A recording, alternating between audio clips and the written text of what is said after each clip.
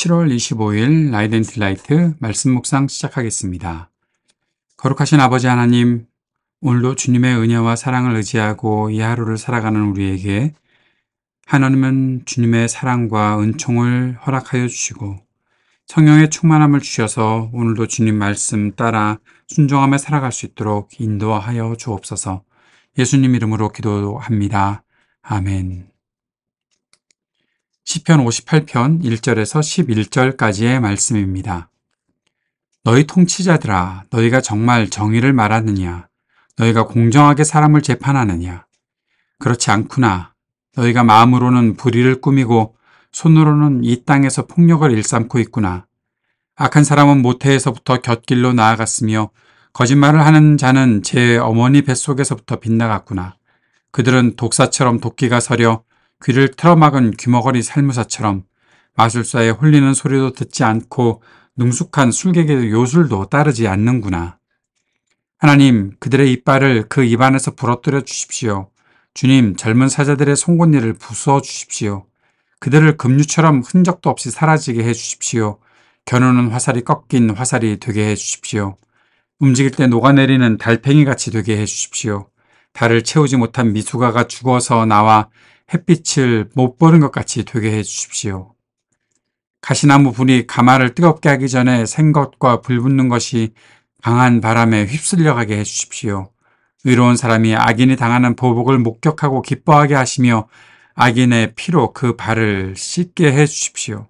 그래서 사람들이 과연 의인이 열매를 맺는구나. 과연 이 땅을 심판하시는 하나님은 살아계시는구나 하고 말하게 해 주십시오. 아멘.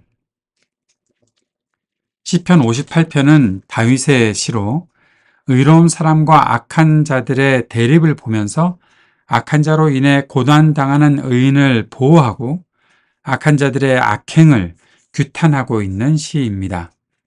1절에서 시인은 통치자들을 규탄하고 있습니다. 악한 자들을 통치자들과 동격으로 놓고 있는 것입니다.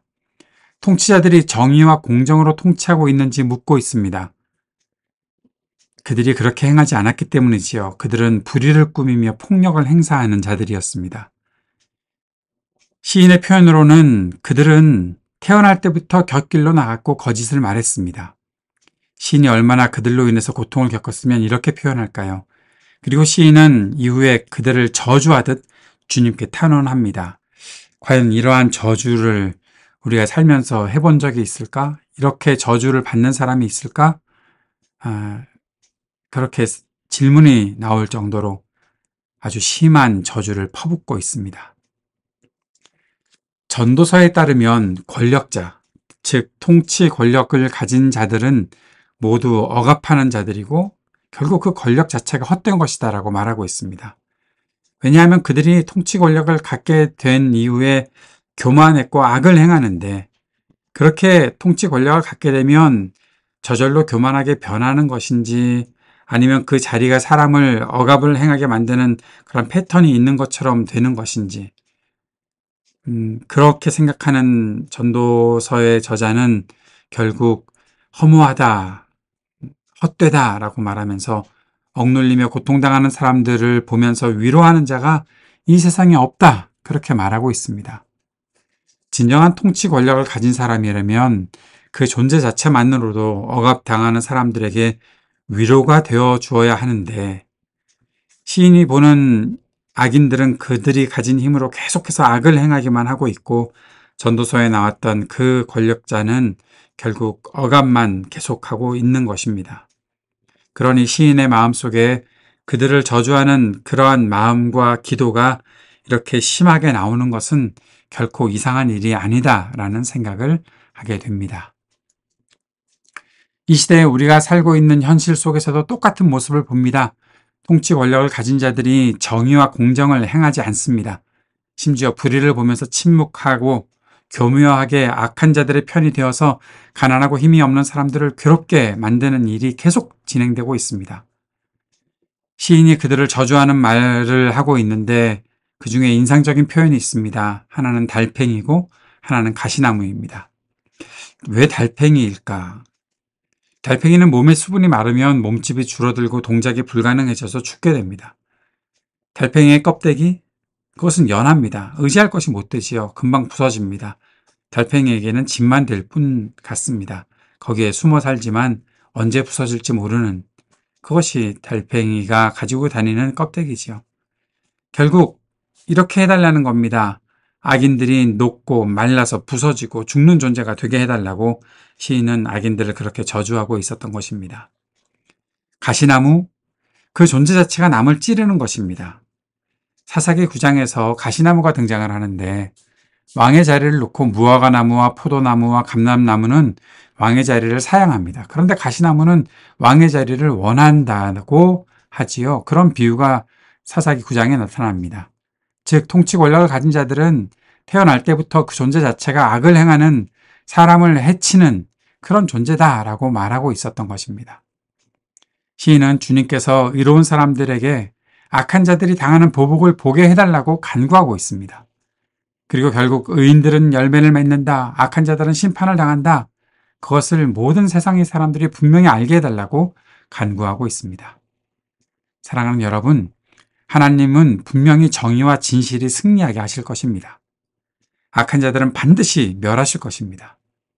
우리는 지금 악한 자들 때문에 탄식하고 있지만 결국 의롭게 살아가는 우리가 평화를 누리게 될 것입니다. 우리가 분명히 이 사실을 믿고 매일매일의 삶을 또 우리에게 주어진 현실을 살아갈 수 있게 되기를 바랍니다. 말씀을 기억하며 함께 기도드립시다. 악한 자들이 반드시 심판을 당하고 무너지게 하소서. 억압에 고통하며 눈물 흘리는 사람들을 위로하여 주소서 간절히 기도합시다. 우리가 하나님 나라 복음의 일에 쓰임받으며 살게 하소서 기도하고 이 땅의 모든 분열과 전쟁이 그치기를, 아픈 자들이 치유되기를, 우리 삶의 터전에 희망이 있기를 위해 기도합시다. 청년들에게 미래와 소망을 허락하여 주시기를 위해 기도하고 노인들과 소외된 이웃들에게 적절한 돌봄이 있기를 위해 기도합시다. 그리고 우리 교회가 주님께 쓰임받는 교회 되게 하소서 기도하는 시간 갖도록 하겠습니다.